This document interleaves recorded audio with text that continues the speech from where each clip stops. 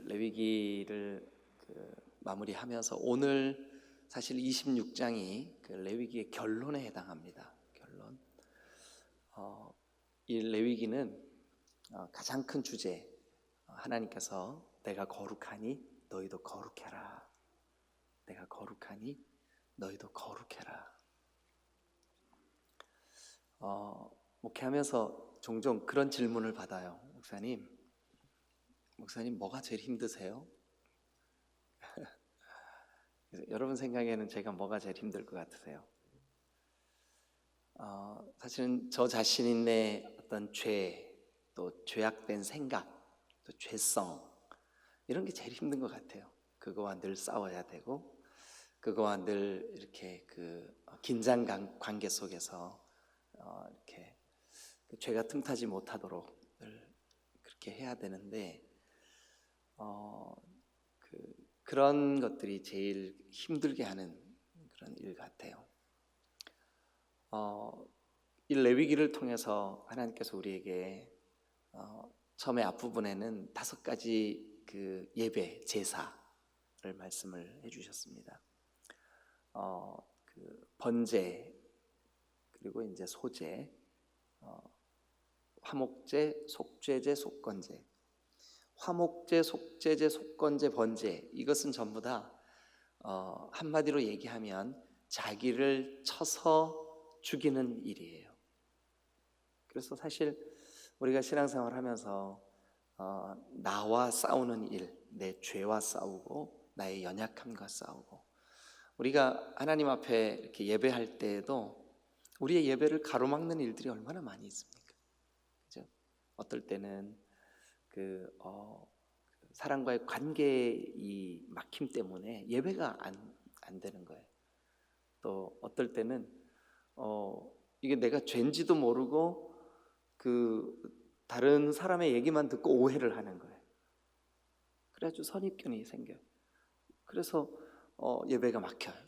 그런 경우도 많아요. 또 내 삶 속에 도사리고 있는 어떤 탐욕이나 또 죄성, 또 음란과 이런 더러운 가치관들, 이런 것 때문에 우리가 예배가 되지 않을 때가 많죠. 그래서 날마다 나를 죽이고 나를 거꾸로 뜨리는 그 일, 그게 이제 번제와, 이제 소제는 곡식으로 드리는 거니까, 그럼에도 불구하고 소제도 마찬가지죠. 소제도 다 으깨야만 제물이 될 수 있고 제사가 될 수가 있어요. 근데 번제, 화목제, 속죄제, 속건제, 이건 전부 다 죽이고 이렇게 각을 뜨고 태우고 이렇게 해야 제사가 되는, 그래서 그렇게 해서 하나님께 거룩한 산제사가 되게 해라. 이게 레위기 앞부분의 메시지였었어요. 그리고 이제 우리는 신약의 개념으로 저와 여러분들이 거룩한 제사장이다, 이 말씀을 반복해서 드렸죠. 저와 여러분들이 거룩한 제사장들이에요. 우리를 불러주신 그 그리스도의 덕을 선전하게 하기 위한, 그래서 신약에 와서는 우리에게 너희는 세상의 빛이다, 너희는 세상의 소금이다, 빛과 소금의 역할 이렇게 감당할 수 있도록. 여러분, 우리의 신앙이 성숙될수록 이기적인, 그러니까 나만 잘 되면 돼, 나만 잘하면 되지, 뭐 이런 이기적인 가치관에서 이타적인 가치관으로 자꾸 바뀌죠. 지체가 눈에 들어오고 지체를 위한 기도가 생기고, 또 전에는 그냥 우리 가정 나 이렇게 했었는데 열방을 위한 기도가 되고, 또 조국을 위한 기도가 되고 이렇게 되죠. 이게 제사장의 직분이에요. 제사장이 감당해야 될 영적인 그런 직분이죠. 또 우리가 어떻게 해야 정결한 삶을 살 수 있을까? 그래서 어떤 음식을 먹어야 될까? 어떤 음식을 먹지 말아야, 그 음식을 먹냐 먹지 않냐, 그 규정 자체가 신약에서는 중요하지 않다고 말씀드렸습니다. 얼마나 우리가 하나님 앞에 거룩하고 경건한 삶을 사는가, 그것이 훨씬 더 중요한 개념이라고 말씀을 드렸습니다. 그리고 이제 우리가 속초를 좀 갔다 왔어요. 그죠? 그래서 그 속초 갔다 왔을 때 초밥집 있었는데 무슨 초밥집이라 그랬죠? 유무초, 오나속초. 이게 7가지 그 절기. 이 절기는 그 기념하는 거예요. 말 그대로 기념을 하는데 그 기념이 우리에게는 하나님이 우리에게 주신 은혜, 또 하나님께서 우리에게 베풀어 주신 그 사랑에 대한 그 기념. 6월절 우리를 구원해 주신 은혜, 그죠? 또 무교절 우리에게 구원해 주셔서 이제 탈출시킨 그때 누룩이 들지 않은 떡을 먹어라, 이렇게 일주일 동안. 어쨌든 여러분 다 제가 설명할 수는 없지만 이 레위기는 내가 거룩하니 너희도 거룩해라 하는 말씀이 쭉 이렇게 지금까지 왔습니다. 자, 오늘 26장을 우리가 한번 같이 말씀을 볼 텐데 26장의 그 서두의 서론에 해당하는 1절부터 3절 우리 같이 한 목소리로 읽겠습니다. 1절 2절만 읽겠습니다. 1절 2절만. 자, 다 같이 시작. 너희는 자기를 위하여 우상을 만들지 말지니 조각한 것이나 주상을 세우지 말며 너희 땅에 조각한 석상을 세우고 그에게 경배하지 말라. 나는 너희의 하나님 여호와임이니라. 너희는 내 안식일을 지키며 내 성소를 경외하라. 나는 여호와이니라. 우상 만들지 마라. 또 안식일을 지켜라. 또 내 성소를 경외해라. 이 3가지. 이 3가지를 오늘 제가 설명을 드리고 이 3가지를 순종했을 때 되어지는 일과 불순종했을 때 되어지는 일이 26장이에요. 26장 전체가 간단하죠. 그러니까 1, 2절을 순종할 때 하나님이 주시는 복, 근데 불순종했을 때 하나님이 주시는 저주, 이게 26장의 내용이에요. 자, 그러면 26장 1절과 2절을 요약하면 이겁니다. 뭐냐 하면 나 외에 다른 신 섬기지 마라. 근데 나 외에 다른 것 섬기는 대상, 그가 이제 우리 성경 우상.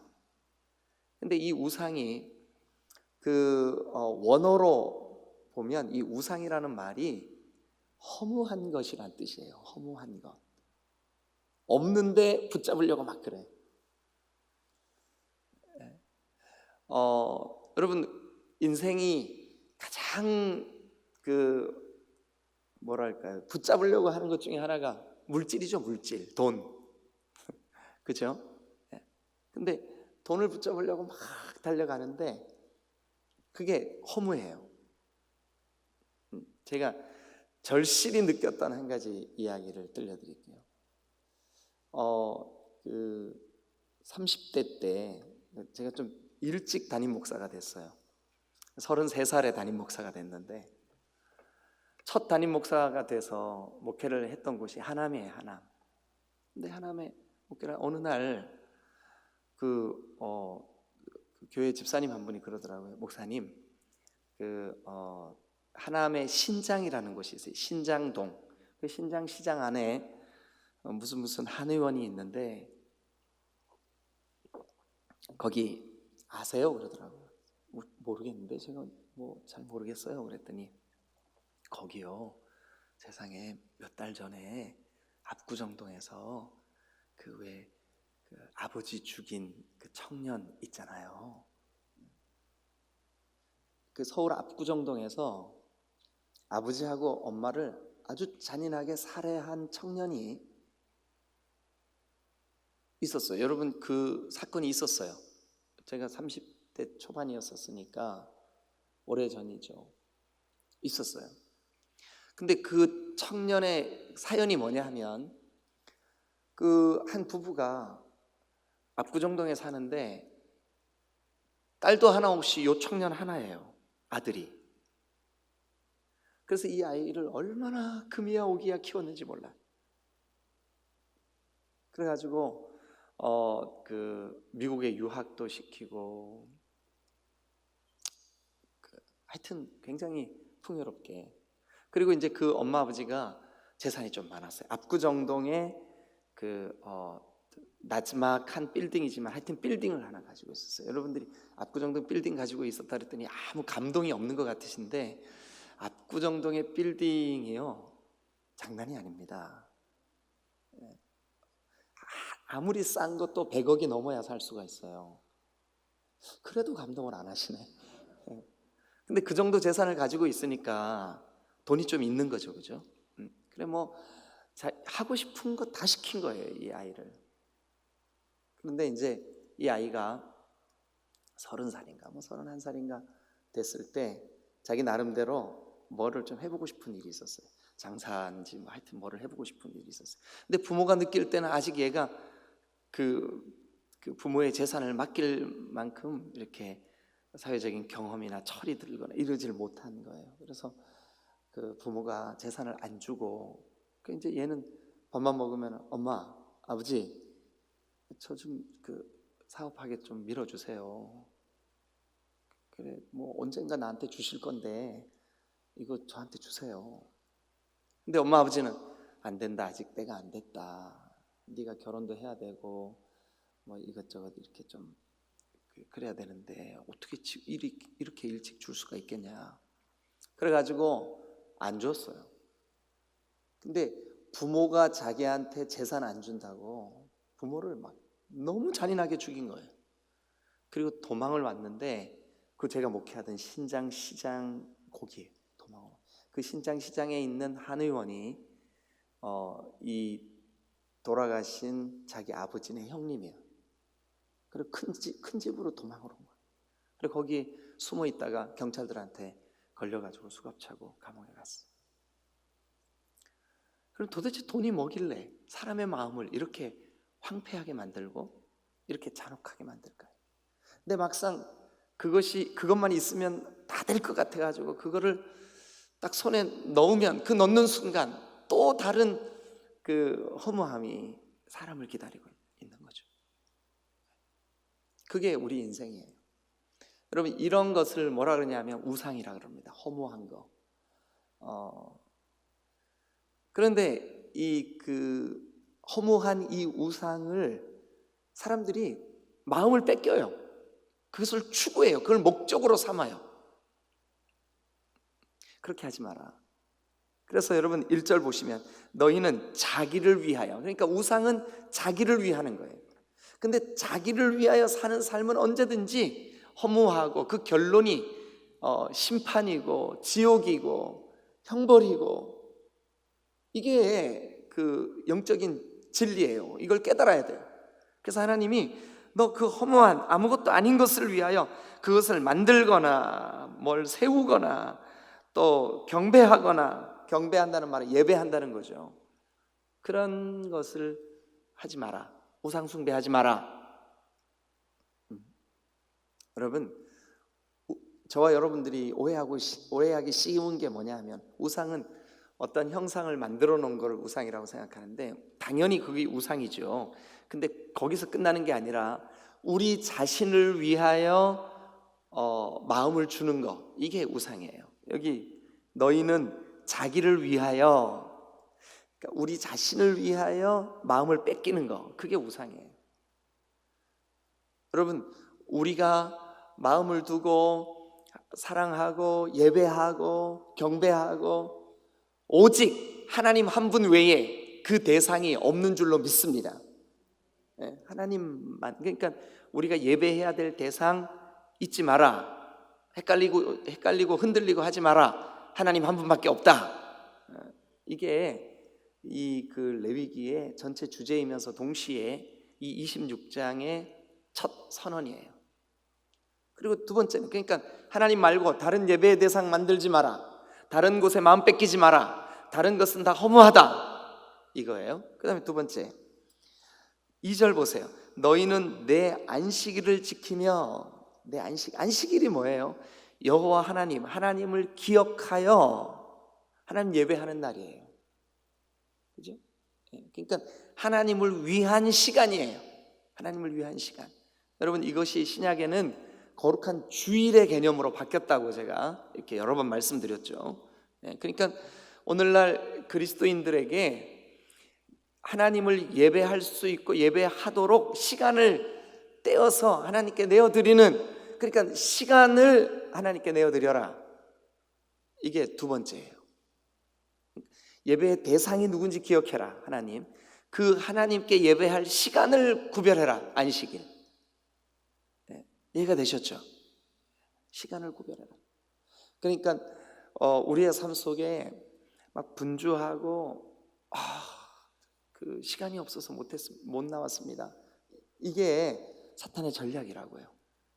시간을 구별해서 하나님께 딱 드릴 수 있어요. 그런 의미에서 이 새벽에 주님 앞에 달려 나오신 여러분들은 참 하나님 기뻐하시는 거죠.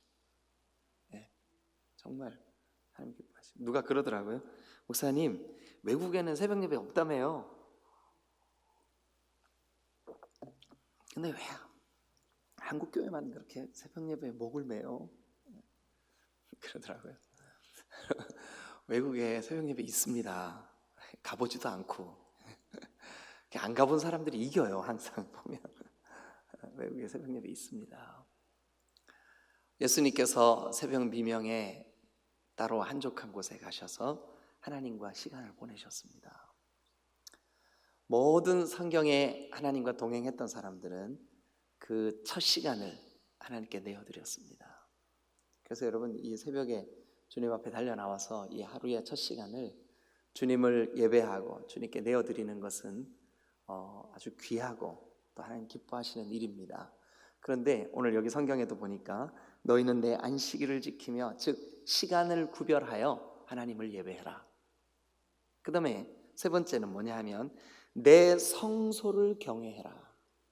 요즘 코로나로 이 개념이 굉장히 이렇게 깨지고 있죠. 여러분, 사실 이 교회라고 하는 말도 에클레시아, 에크에다가 레시아, 에크는 어디로부터?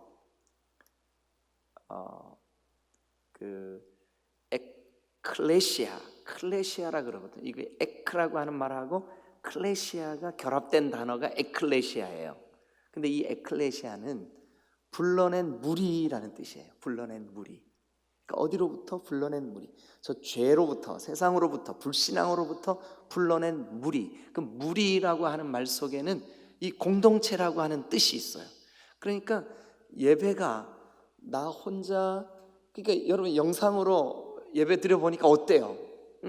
은혜가 되는 때도 있죠. 은혜가 되기도 하죠. 그런데 뭔가가 부족하죠. 그죠? 그게 왜 그러냐 하면 이 교회라고 하는 개념 속에는 공동체라고 하는 그 개념이 들어있어요. 공동체가 함께 모여서 지체로서 이렇게 함께 마치 옷감이 시실과 날실이 이렇게 들어가고 이렇게 들어가고 이렇게 들어가고 이렇게 들어가서 이렇게 옷감이 만들어지듯이 우리의 신앙도 지체에 이런 성품 저런 성품이 깎이고 다듬어지고 만들어지고 우리가 부딪히고 성숙되고 이렇게 하는 것처럼 그렇게 되는 거죠. 그런데 이 코로나라고 하는 이 기간 동안 우리에게 이 거룩한 예배의 장소, 여러분 이 건물을 의미하는 게 아니라 우리가 함께 모이는 것을 의미하는 거죠. 함께 모이는 것. 어디에 모이든 함께 모이는 이 지체와의 관계, 목장, 지체와의 관계. 그래서 어떤 교회들은 이 코로나의 기간 동안 이렇게 모이기가 힘드니까 목장별로 이렇게 물론 소그룹 모이지 말라고 이제 정부가 얘기를 하는데 목장별로 모여서 예배를 하는 그런 교회들도 있더라고요. 근데 어쨌든 이 세 가지 한번 생각해 보시죠. 정리를 하면 이거예요. 우상 숭배하지 마라. 그러니까 예배의 대상을 잊지 마라. 그다음에 두 번째는요. 그 예배의 대상이신 하나님께 예배하는 시간을 확보해라. 즉 안식일을 기억해서 거룩하게 지켜라. 시간을 떼어서 하나님께 드려라. 그다음에 세 번째는요. 예배할 장소, 즉 성소를 경외해라. 이 세 가지 정리가 되셨습니까? 이게 1절, 2절이에요. 우상 숭배하지 마라. 안식일을 거룩하게 지켜라. 그 다음에 내 성소, 즉 예배하는 그 장소를 거룩하게 구별해라. 이 세 가지. 자, 그러면 이제 그 다음 말씀은 뭐냐 하면, 그렇게 했을 때 네가 하나님을 경외하고 하나님을 위한 시간을 떼어놓고 그리고 그 하나님을 예배하는 그 장소를 거룩하게 네가 그렇게 여기고 그렇게 하면 하나님이 너에게 복을 주신다. 자, 이 복 이야기를 함께 나눌 때 여러분들이 오해하실까 봐 제가 먼저 복에 대한 개념을 정리를 하고 요 세 가지 말씀을 드리겠습니다. 여러분, 히브리서 11장에 보면 그 아브라함 또 모세, 여호수아 심지어 이렇게 선지자들 다니엘, 이 사람들은 자기들의 신앙을 위하여 어떤 사람들은 굶기도 하고 그 사자굴에 들어가기도 하고 목숨을 내어 던지기도 하고 신앙을 위하여, 복음을 위하여, 예수 그리스도를 위하여 그렇게 했죠. 그러니까 번영 또 물질적인 축복, 이것은 그 미완성의 구약적인 복의 개념이에요. 신약적인 복의 개념은 뭐냐면 핍박이 오고 환난이 와도 복음과는 바꿀 수 없다. 예수 그리스도를 향한 생명의 복음, 예수 그리스도를 믿는 이 믿음 때문에 우리가 어려움도 겪을 수 있고 환난과 핍박에 넘겨줄 수도 있다. 그러나 눈에 보이지 않는 영원한 복, 영생의 복, 이 복이 본질적으로 우리에게 하나님이 주시고자 하시는 복이다. 이게 신약적인 개념이에요. 이걸 잊으시면 안 돼요. 자, 그러면 일단 우리가 서두에 말씀드린 이 세 가지, 우상 숭배하지 마라, 안식일을 기억해라, 또 예배할 그 처소를 거룩하게 여겨라, 이 세 가지를 순종했을 때 하나님이 우리에게 주시는 복 세 가지. 첫 번째, 물질의 복을 약속하셨습니다. 물질의 복.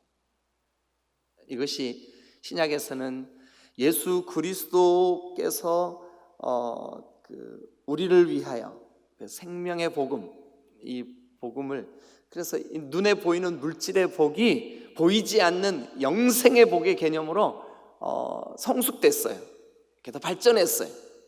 그러나 구약에서는 반드시 이 앞에 있는 세 가지, 우상 숭배하지 않고 안식일을 기억하고 그리고 예배할 그 장소를 기억해서 이 일을 순종하는 자에게 반드시 하나님이 뭐를 주시겠다 그랬냐면 물질의 복을 주시겠대요. 자, 4절과 5절 보죠. 4절과 5절.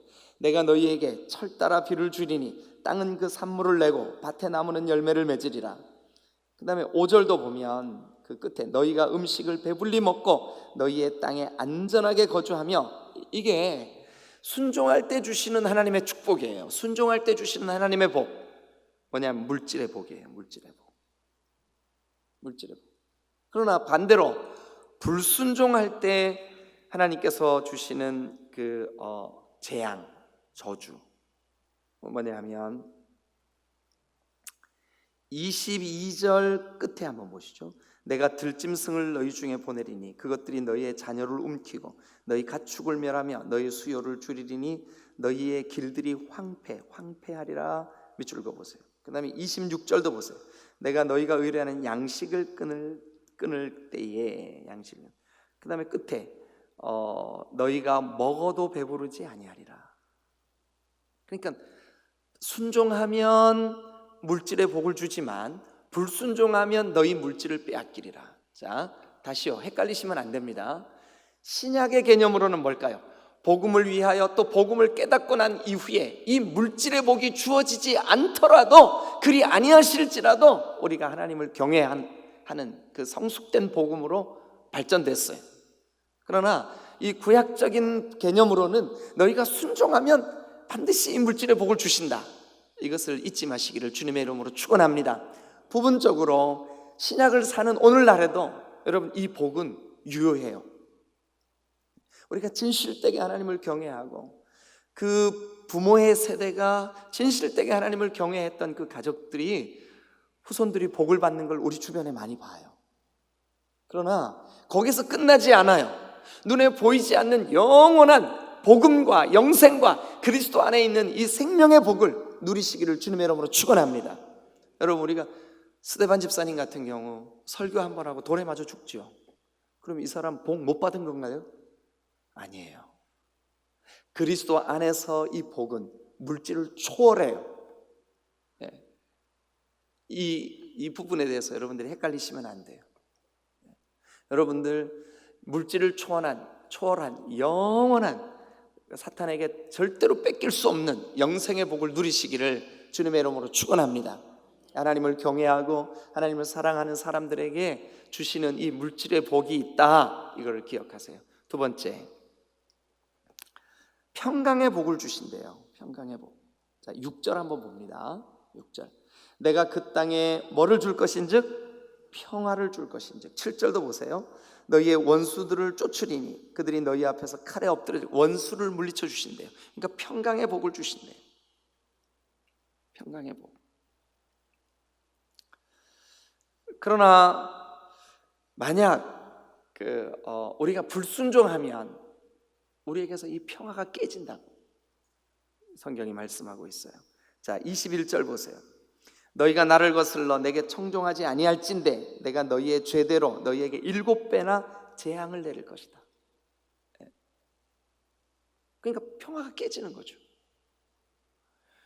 자, 여러분, 우리가 순종할 때 하나님이 우리에게 평강을 주세요. 근데 여러분, 이것이 예수 그리스도의 복음 안에서 신약적으로 성숙하면 어떤 결과로 성숙되냐 하면, 여러분, 우리가 그리스도 안에서 우리의 환경, 우리의 처지에 불같은 시험과 연단이 있어도 이 복음 안에서 누리는 평강이 있어요. 복음 안에서 누리는 평강이 있어요. 사랑하는 여러분, 우리 주변의 지체들 중에 아주 심각한 질병의 진단을 받은 암이래요. 그런데 웃으면서 목사님, 근데 이상하죠. 제 마음이 아무 요동이 없고 평안해요. 도대체 이게 정체가 뭐예요? 복음 안에 있기 때문에 그래요. 여러분, 우리는 그리스도 예수의 생명의 복음 안에서 이 평강을 누리는 사람들인 줄로 믿습니다. 평강을 누리는 사람들이죠. 저와 여러분들이 그 은혜 안에 있으시기를 주님의 이름으로 축원합니다.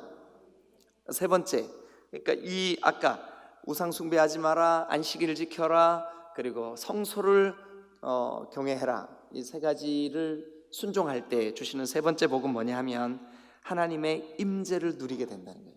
11절 12절 보겠습니다. 11절 12절. 11절. 내가 내 성막을 너희 중에 세우리니. 성막은 하나님의 임재를 상징해요.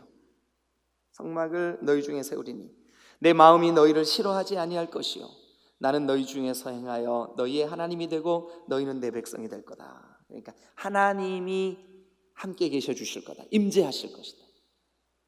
순종하는 사람에게 주시는 복이에요. 하나님의 임재. 자, 그러면 불순종하는 사람에게는 어떻게 될까요? 불순종하는 사람에게는 하나님의 임재가 끊겨요. 부재. 하나님의 부재. 임재의 반대말이 부재예요. 부재 중입니다.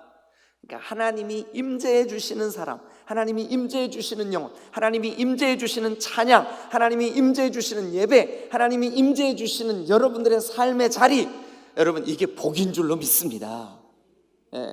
복이에요. 근데 하나님의 부재, 하나님이 같이 계셔 주시지 않아요. 얼마나 이게 심각한 문제입니까? 여러분, 순종하는 자에게는 하나님의 임재가 있고 불순종하는 자에게는 하나님의 부재가 있어요. 자, 24절 한번 같이 보시죠. 24절. 나도 너희에게 뭐하여? 대항하여 너희 죄로 말미암아 너희를 7배나 더 치리라. 그러니까 대항한다는 말은 뭐냐? 난 너를 외면할 거야. 이게 불순종이죠. 그러니까 순종하면 하나님의 임재, 불순종하면 하나님의 부재. 이게 신약적인 개념으로 우리가 더 이렇게 발전되고 성숙된 이 세 번째 복과 저주는 뭐냐 하면 순종하는 자에게 요한복음 15장과 같이 포도나무이신 그리스도에게 그 가지로 우리가 거기 붙어 있어요. 그래서 우리에게 열매를 주시는 줄로 믿습니다. 그런데 불순종하면 열매가 없죠. 저 여러분들의 삶이 이 그 레위기서의 주제 혹은 결론이라고 할 수 있는 이 26장, 여러분 우리가 순종할 때 하나님이 주시는 물질과 그리고 평화와 그리고 영적인 하나님의 임재, 불순종할 때 하나님은 물질을 거두어 가시고 그리고 또 우리에게서 평화가 빼앗기고 불안하고 그리고 하나님의 부재, 요 세 가지 이렇게 기억을 하시면 여러분들이 좀 쉽게 26장이 이렇게 가슴에 남아 있을 줄로 믿습니다. 자, 이제 내일은 27장 마지막 장인데 내일은 서원에 대한 이야기가 이렇게 첨부처럼 이렇게 들어가 있고요. 그 다음에는 이제 민수기로 넘어가도록 하겠습니다. 여러분 민수기는 레위기보다 조금 깁니다. 36장까지 되어 있는데 민수기도 이렇게 민수기는 레위기보다 좀 재밌어요. 왜 그러냐면 스토리가 전개가 되고 또 레위기와 같은 율법이 주어지고 스토리가 전개되고 이렇게 돼 있어가지고 조금 지루할 만하면 어떤 이야기가 나오고 또 지루할 만하면 이야기가 나오고 그래서 아마 여러분들이 따라오시기에 그렇게 어렵지는 않을 것 같아요. 그리고 혹시 여러분들이 이 새벽 시간에 어쩌다가 이렇게 좀 빠뜨리는 경우가 있잖아요. 근데 그냥 넘어가시지 말고 여러분 출근하시거나 할 때 차에서 유튜브 켜셔서 디딤돌교회 검색하시고 구독 누르면 동그라미가 떠요. 그 동그라미 안에 우리 교회 그림이 들어가 있는데 그 동그라미 그림 들어가 있는 거기를 누르시면 위에 메뉴가 이렇게 쭉 생겨요. 재생 목록 막 이렇게. 그래서 그 재생 목록을 누르시면 창세기 50장까지 설교했던 게 다 들어가 있어요. 거기에 쭉 순서대로. 그 다음에 출애굽기도 다 들어가 있고 레위기도 다 들어가 있어요. 제가 자주 이 말씀 드리고 강조하는데 빼먹은 거 있으면 거기 들어가셔서 이렇게 보시면 좋을 것 같습니다. 기도하시겠습니다.